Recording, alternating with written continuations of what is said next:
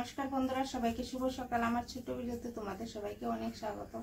দেখো আজকে কয়দিন ধরে একটু সমস্যা ভিডিও আর করা হয় না। কারণ হচ্ছে তোমরা দাদা ভাই বাড়িতে থাকে না, বেশি সকালে একটু এখন থেকে দোকানে জায়গা আর মোবাইলটা থাকে না আমার কাছে, তো এদিকে ভিডিও আর করা হয় না। দেখো সকালে ওখানে বাজারে গেছে গিয়ে সেটা একদম ভোরবেলা ধরে মাছ, একদম টাটকা নদীর মাছ লয়েছে, বাই নিচে তারপরে দিয়া চটি সব কিছু মিলাই না। আর এই বাইনটা দেখো কত বড় নদীর বাইন, একদম ভোরবেলা ধরছে, একদম টাটকা মাছ। তো আমার ছোট্ট ভিডিওটা দেখতে থাকো, আমার পাশে থাকো। আমি মাছটি ওখানে কাটলাম, এটি জানি কি মাছ চিনি না, নাম জানি না। কড়াইয়ের তেল দিয়ে লাইছি, ভাত হয়ে গেছে গা। আর মাছ টাছ দেখো দইয়া টইয়া হলুদ টলুদ মাখাই লেতাছি। দেখো বাইং মাছটা চুলাইছে, কত বড় বড় টুকরো হয়েছে। আর এদিকে সবজিও কাটা লাইছি, আলু সিদ্ধ করছি। তো সিদ্ধ করে সেটা বাইঙ্গা লাইছি, ভাজা করতাম না, এমনি রান্নু। তো ভাজা টাজা করলে একটু তেল বেশি হয়ে জায়গা তরকারি মেয়েতে, তোমরা দাদা ভাই তো তেল খাওয়া একটু অসুবিধা হয়ে জায়গা, এলিগে আলু বাইঙ্গা এমনি রান্নু একটা সম্বাস দিয়ে সেরা।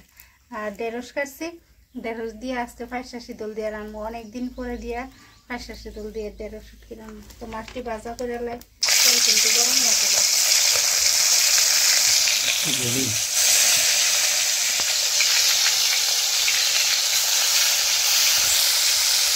দেখো একবার ভাজা করে লেগেছি, একবার দিয়ে লেগেছি না, একদম কি সুন্দর ভাজা হচ্ছে। দেখো আজকের মাছটি ভাজা করতে বেশি আরাম লাগবে, একদম ভাঙছে না, পুরো থাকছে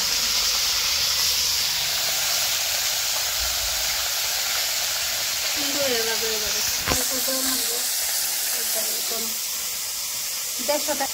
দেড়শো টাকার মাছ আনছে, দেখো আজকে কতলা হয়েছে। আজকে কিন্তু নদীর মাছটি আনছে, যে লাভ হয়েছে অনেকটা। মাছ তরকারি ভরে দিতেছি, মাছ তো ভাজা হয়ে গেছে, একবার দিয়েছে ভাজা হয়ে গেছে। মশলা সব বাইতে রেডি করে নিচ্ছিলাম, মশালি করে দিয়ে নিয়ে নামামো।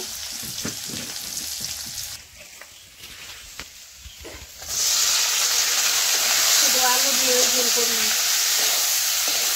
মশলা জিরা মরিচ, শুকনা মরিচ দিয়ে দিচ্ছি, কাঁচামরিচ দিচ্ছি, জাল কাঁচামরিচও দিচ্ছি, শুকনা মরিচ দিয়ে দিচ্ছি। একটু কষাইলে এরপরে জল দিলাম, একটু কষাইলে মশলাটাও উড়িয়ে গেছে, জল দিয়ে লাগে একটু বেশি জল দেবো, এদিকে ডুব দিলে যেমন এইদিকে উঠবেন যায়। জলটা ফুটে গেছে গা, আর মাছ দিয়ে লাইতেছি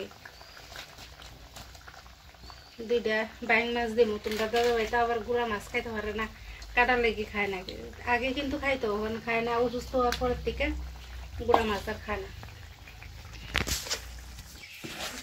দেখো মাছ তরকারি হয়ে গেছে, একটু ঝোল রাখছি।